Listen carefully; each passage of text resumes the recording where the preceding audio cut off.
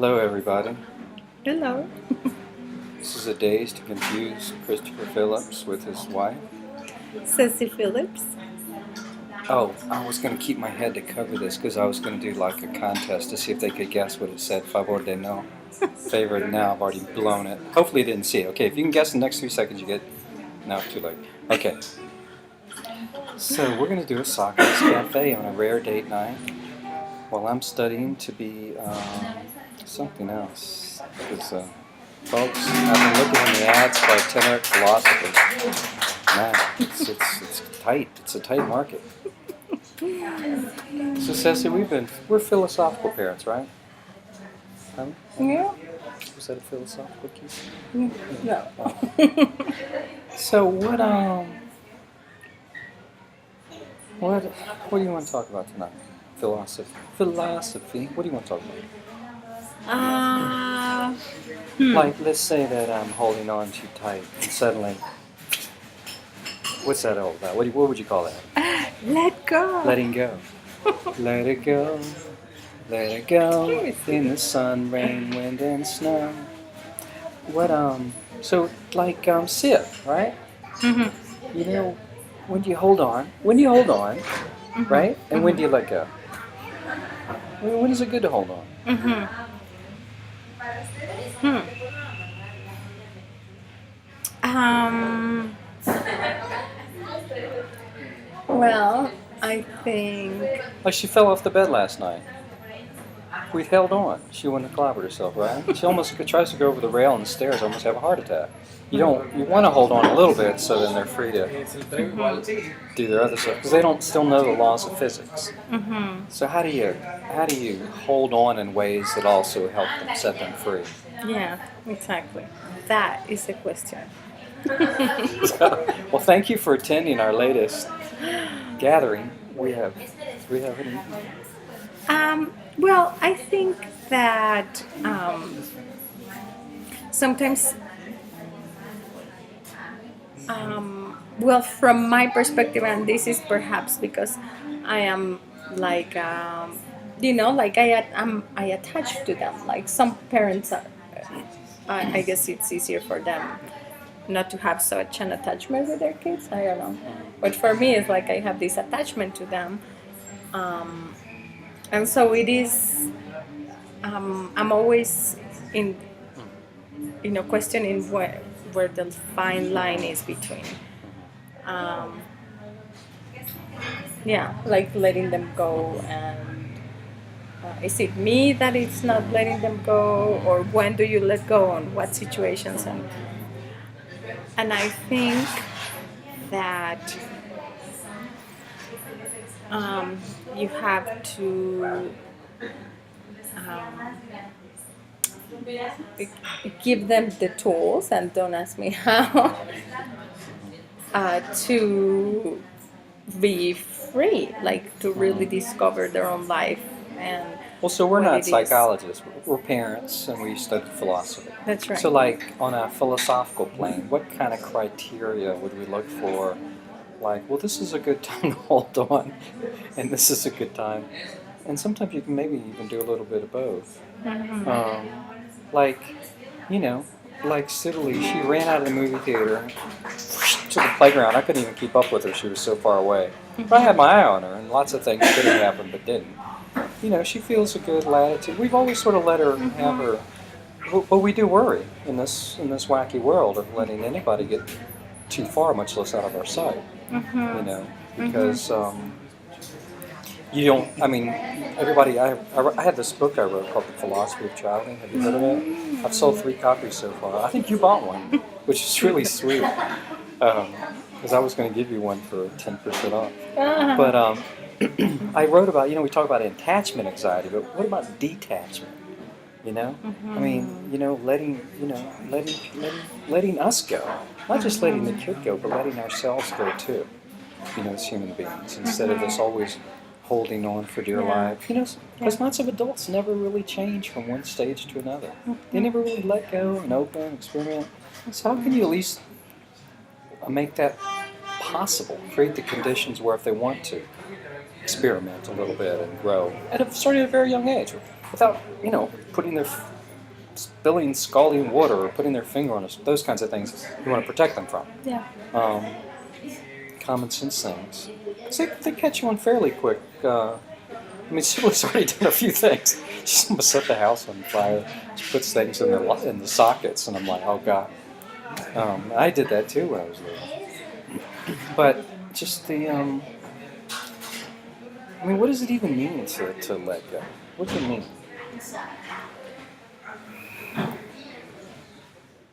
It's degrees, right? Yeah. Yeah. Exactly. I mean, I think that as human beings, on the one hand, we are social beings, and we there's like a natural Did you codependence. say beans or beans? Being, Okay. beings. Hold it. Okay. So like there's Say it. a natural codependency, or yeah, like we grow together. We like there's some people who grow food and other people that are philosophers and other people who are writers and educators You can do all 3 or 4. You could do all or entertainment. Like all these. That's where I come. Yeah, and many of those. Others cook. You and Callie, you both keep bringing up the fact that I'm not. Gracias. We're just served the lemonade. In Spanish, that's called limonada. I want you to practice that at home. Yeah, exactly. So that's on the one part. On the one hand, I mean, I think I'm not talking about independence. I'm not saying letting go has nothing to do to me with independence. Right. I think letting go is the act of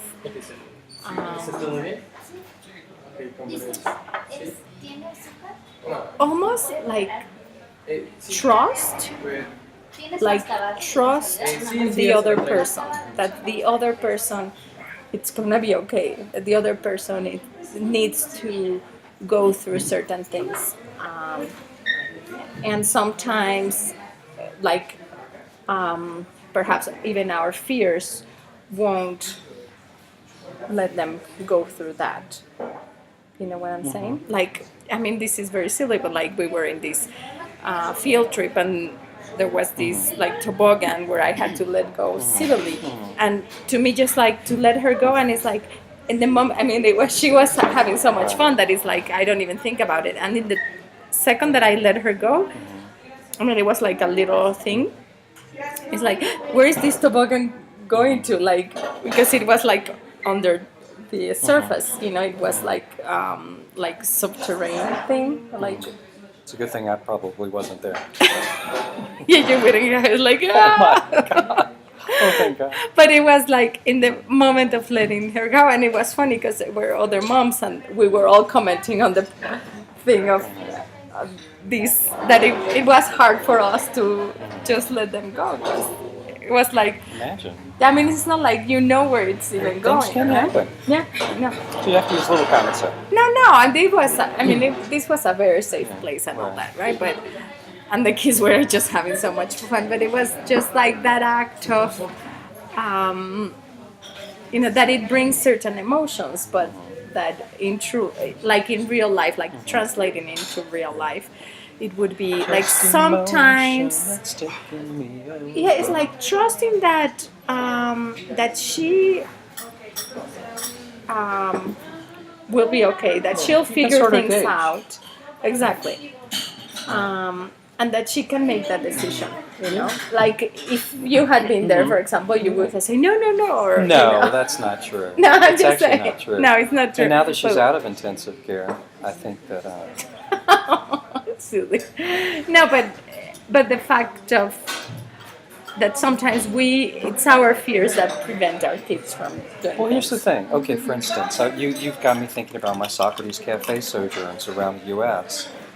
Many parents who homeschool their kids, they come, and it's really cool. Like they related to me that, and many of them have Socrates Cafes as one of their, because it's something that you can't do in so many schools. No.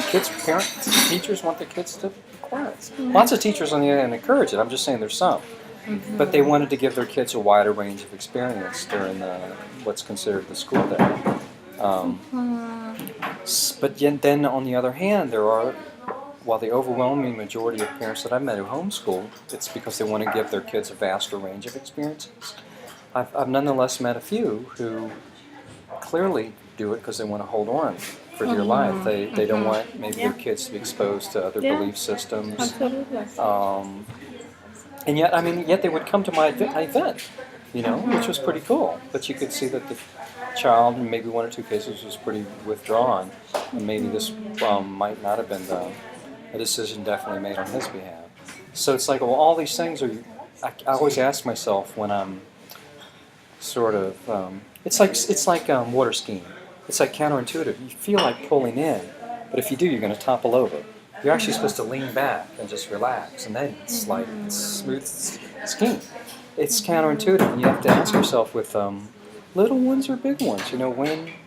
When do I need to just give them some space? I'm there. They can see that I'm there, but at the same time, I'm not intrusive. Yeah.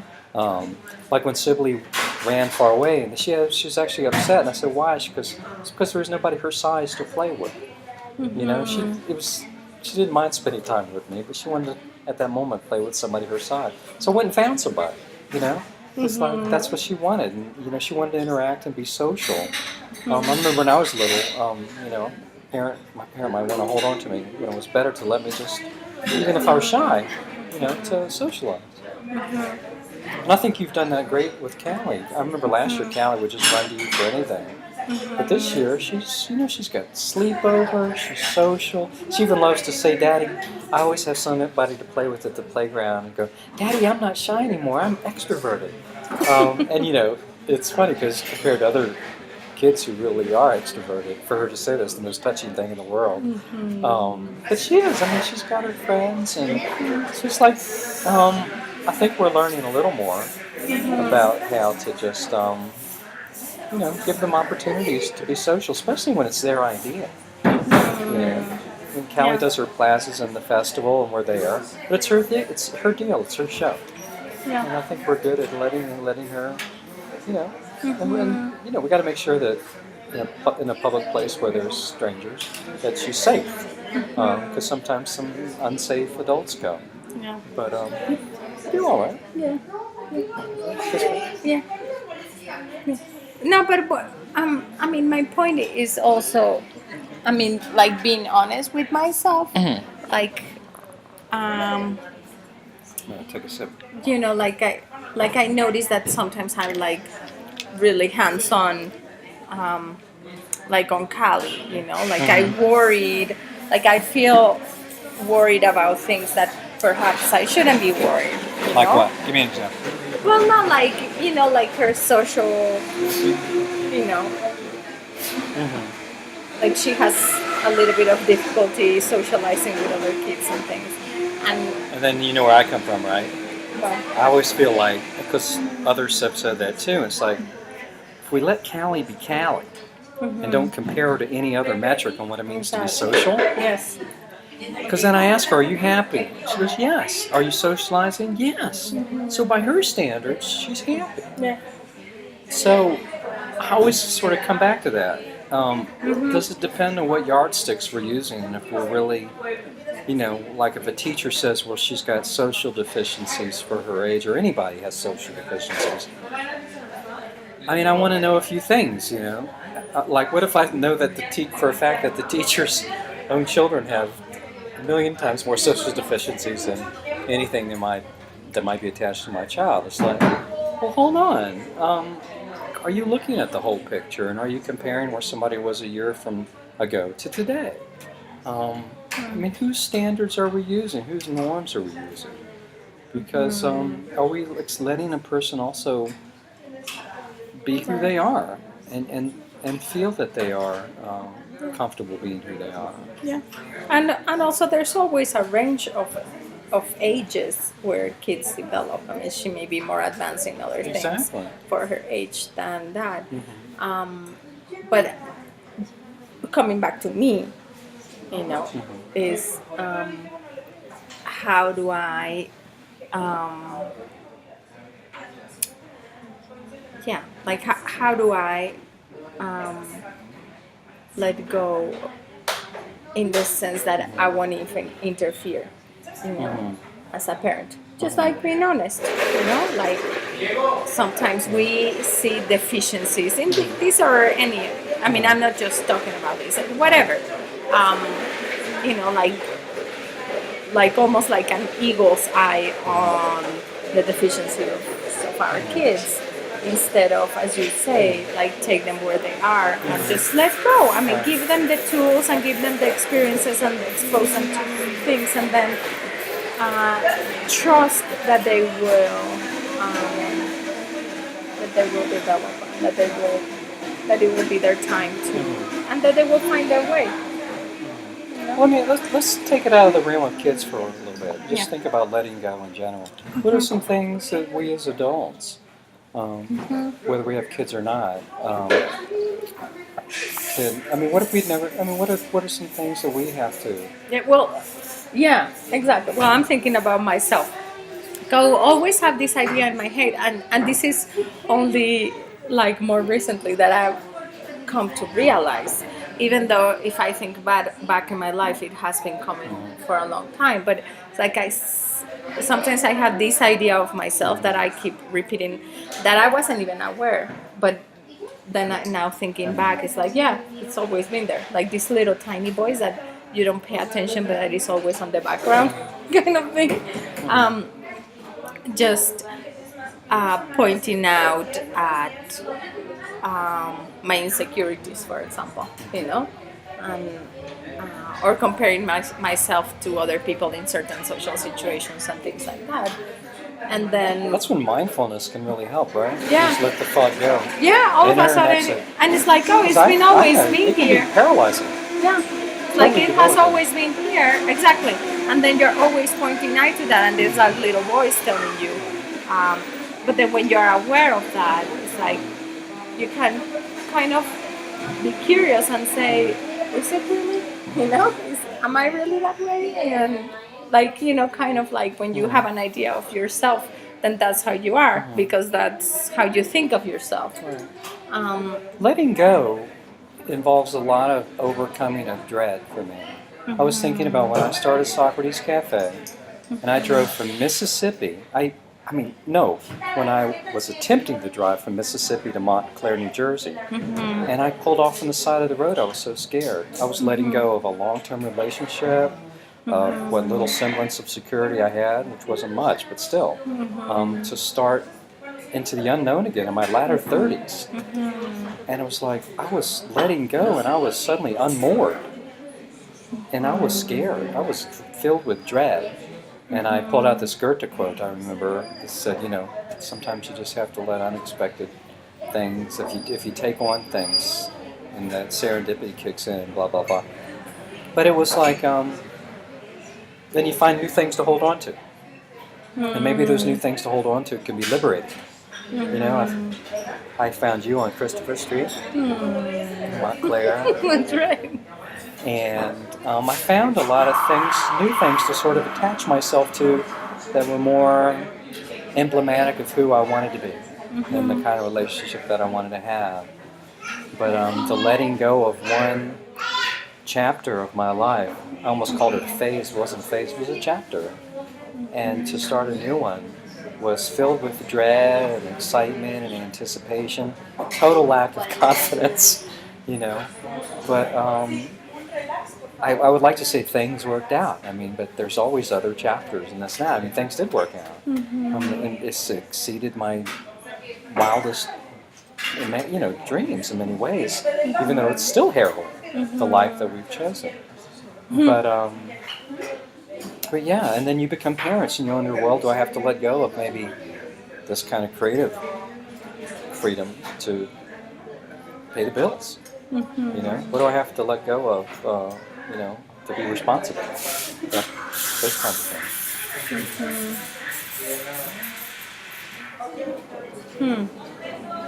Yeah. You let go. You let go of a relationship too.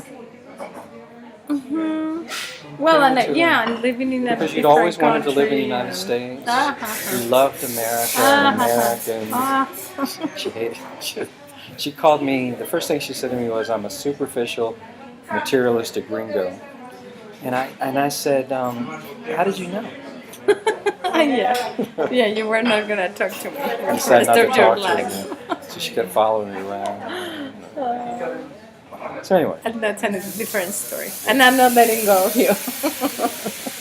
but so yeah. I mean, it's like, isn't there always just this push pull? I mean, Well, yeah. I mean, no, because I mean, I'm joking about not letting you go, but I mean, even in a relationship, I mean, you have to let go of things, you know.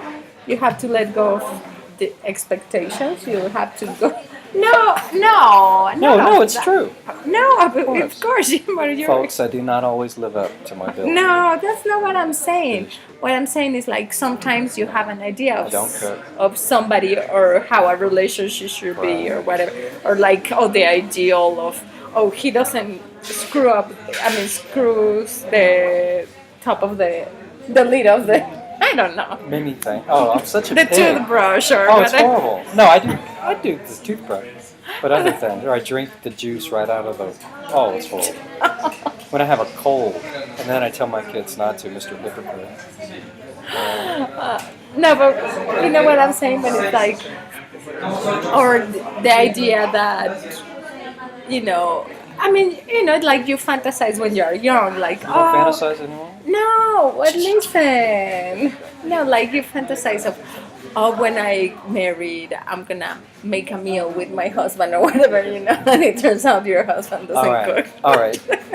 Who used to cook when you would come home from school? Who had a meal for you when you came home from teaching? You Who did. did? Out of a box. No. No. No, I mean, I made stuff. I made that pasta with shrimp. All right, here's what we're going to do, though. Okay. I want to help you fulfill your vision. I do. Let's take a cooking No, class. No, okay. no, that was just I a will. silly I would- example. You know what? You know what? I would like to. What? Take a cooking class. All right. Yeah. All right. What else? I would like to. Let's do that. I want to do the side-by-side meal cooking. Let's do it. No, I'm not doing. No, I want to. That was just an example of. It was an example of No, like but whatever. I didn't know you had this notion. But I want to. I would like to. Yeah. No, but not. Somebody's telling me how cool Yeah, but, like, cooking and meditative seriously? is. Yeah. Yeah, but like seriously. Yeah. I mean, my point is that you have to let go of even the fantasies to be present. You know what I'm But saying? you can still hold on to dreams and Yeah, ideas absolutely, and visions. of course. So, for instance, if you tell hubby that this is something you thought about, I would do it. I'm open. Yeah, I'm not saying that's my fantasy. No, silly. I was just- Okay, see, just here's an the problem. I'm example, going to see? make a confession. See, I'm Okay. impatient. That's my problem. I don't read directions, and so I'm impatient. So Oh yeah. I didn't even pass summer arts and crafts class when I was 9. They had to make something for me because my parents had paid so much money. So I'm going to try to let go of being impatient Okay. and take a cooking class for you. Okay. Are there any around here? Yeah, there. All right, let's do it. All right. Sign me up, seriously. Yeah, I will. All right, then we're going to come back and talk about that. Okay.